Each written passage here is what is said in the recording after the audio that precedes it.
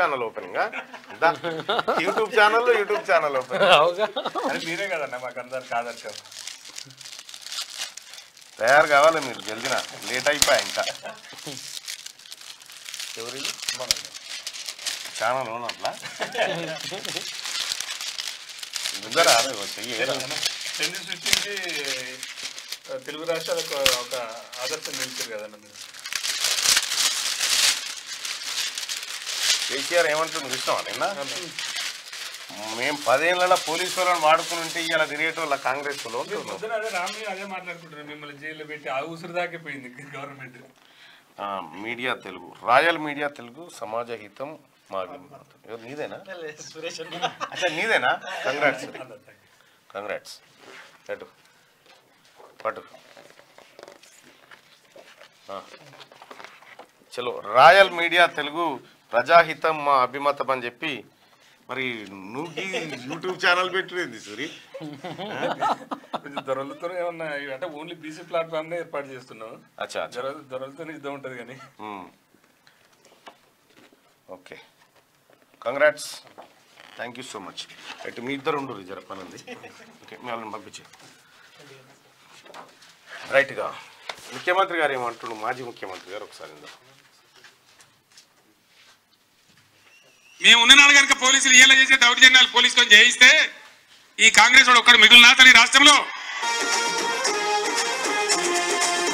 ఇది విడిచిపెడితే అసలు కాంగ్రెస్ వాళ్ళు మిగిలిటోళ్ళైనా మేము ఉన్ననాడు కనుక పోలీసు వాళ్ళని వాడితే అని కేసీఆర్ చెప్తా ఉన్నాడు. కేసీఆర్ 10 ఏళ్ల పరిపాలన కాలంలో అసలు పోలీసు వాళ్ళు కూడా ప్రజల్ని చూసే భయపడ్డారు.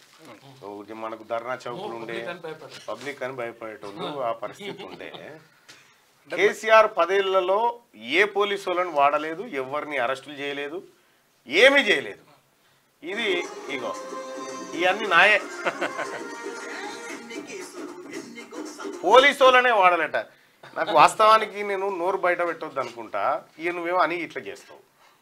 సిగ్గుందా కేసీఆర్ బాతాల పోసెట్టి? నీకేమాత్రం శరమున్నా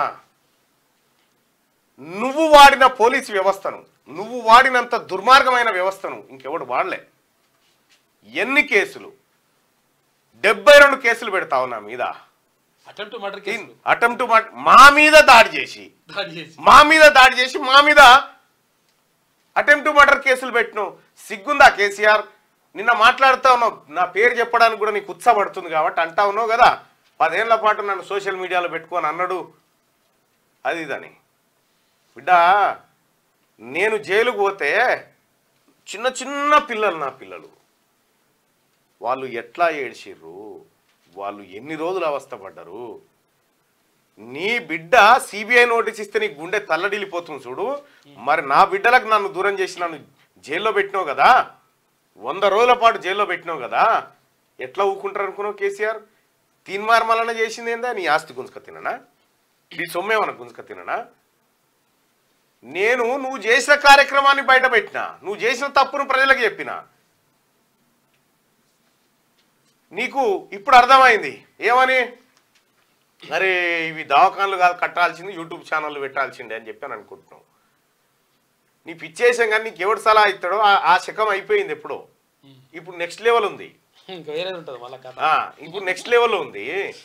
కేసీఆర్ నిన్న సిగ్గు లేకుండా, ఏ మాత్రం ఇజ్జత్ మానం లేకుండా కరీంనగర్ కాడ సభ పెట్టినావు. ఇంకా కరీంనగర్ దాకా పోయినా సన్నాసి పోయి కాళేశ్వరం దాకా చూసిరాపో నువ్వు గట్టొచ్చింది ఎంత అందంగా ఉందో.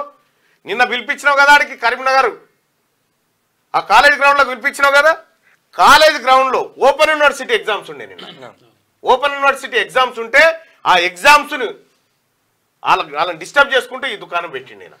ఈయన వస్తున్నంటే స్కూల్ బంద్ చేసి టీచర్లు, స్కూల్ పిల్లలు కూడా అప్పుడు మీటింగ్లలో స్కూల్లే బంధు. ఏ జిల్లాలో మీటింగ్ పెడితే ఆ స్కూళ్ళకు సెలవులు. టీచర్లే పిల్లల్ని తీసుకొచ్చి కూర్చోబెట్టేది, అందులో పిల్లల్ని తీసుకొచ్చి కూర్చుండబెట్టాలి. స్కూల్ చల్లాలి. సిగ్గుందా మీకు? ఇంకా హక్కుందా? నిన్న 10-20 వేల మందితో మీటింగ్ పెట్టినావు కదా, కాళేశ్వరం దాకా తీసుకపో, ఇక రర్రా నేను కట్టిన ఎంత అందంగా ఉందో చూపిద్దురా అని చెప్పి తీసుకపో. వాళ్ళే తూ అని ఉంచుతారు. నువ్వు ఎందుకు బతుకుతావో అర్థం కాదు. ఇంకా ప్రజల్ని మోసం చేసి మాయ మాటలు చెప్పి మభ్య పెట్టుకుంటా. నిన్న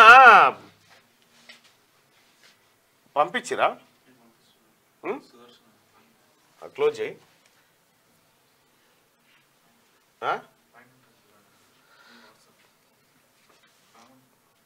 ఏది అచ్చా అచ్చా నాకు పంపినావా ఏమి అన్ని మీ మజీద్ పూర్వలే ఉన్నారు కానీ ఓ ఇగో కేసీఆర్ కథ చూడదు ఇక కేసీఆర్ ఉన్నాడు ఒక్క ఎకరం అయినా ఎండిందా అంటుండు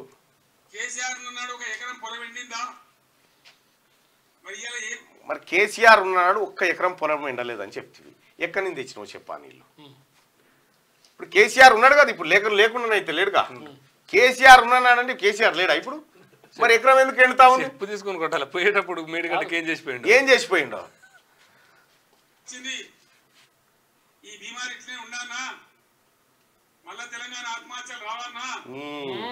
సిగ్గులే శరం లేదు ఏమీ లేదు బాతాల పోసెట్టి నువ్వు మారవిగా నువ్వు మారవు నేను మారదాం అనుకున్నా ఏ పొంతి వానితోటి ఎందుకు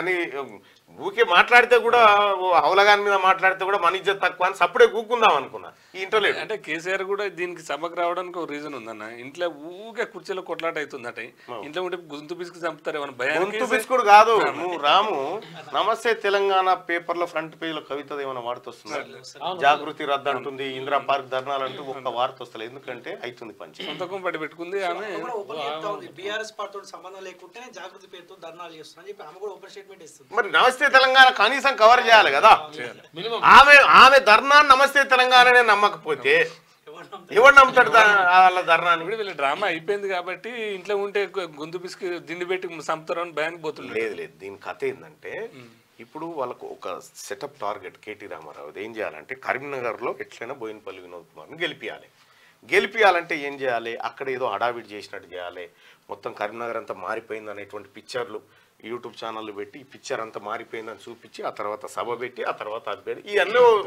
వీళ్ళకి నాకు తెలుసు ఇవన్నీ 5 ఏళ్ల కింద చేసినాం నాకు తెలిసి బండి సంజయ్ ఎంట్రకు కూడా పెగిలారు ఓపెన్ నేను చెప్తున్నా ఈ థర్డ్ ప్లేసే ఏదో థర్డ్ ప్లేసే బీఆర్ఎస్ పార్టీ థర్డ్ ప్లేసే బీఎస్పీ తప్పు పని చేసిన బీఎస్పీ థర్డ్ అవు వీళ్ళు ఫోర్త్ అవు బీఎస్పీ మిస్టేక్ చేసి నువ్వు కరీంనగర్కి పో నువ్వు ఏడికన్నా పో కేసీఆర్ నీది 3వ ప్లేసే 3వ ప్లేసు సర్పంచ్ ఎలక్షన్ల వరకల్లా బీఆర్ఎస్ పార్టీ గద్దెలు కూలిపోతే ఊర్లో పండి ఎక్కడిదక్కడ సమాప్తం అవుతుంది ఏడాది మాసకం కూడా అయిపోతుంది ఇక గంతే తప్ప కానీ ఈ కేసీఆర్ ఉన్నప్పుడట ఒక్క ఎకరమైన ఎండిందా యాడికేం తెచ్చినావు నీళ్ళు ఇవాళ 15 రాష్ట్రాలు కరువును ఎదుర్కొంటూ ఉన్నాయి తెలంగాణ రాష్ట్రంతో పాటు 15 రాష్ట్రాలు కరువును ఎదుర్కొంటా ఉన్నాయి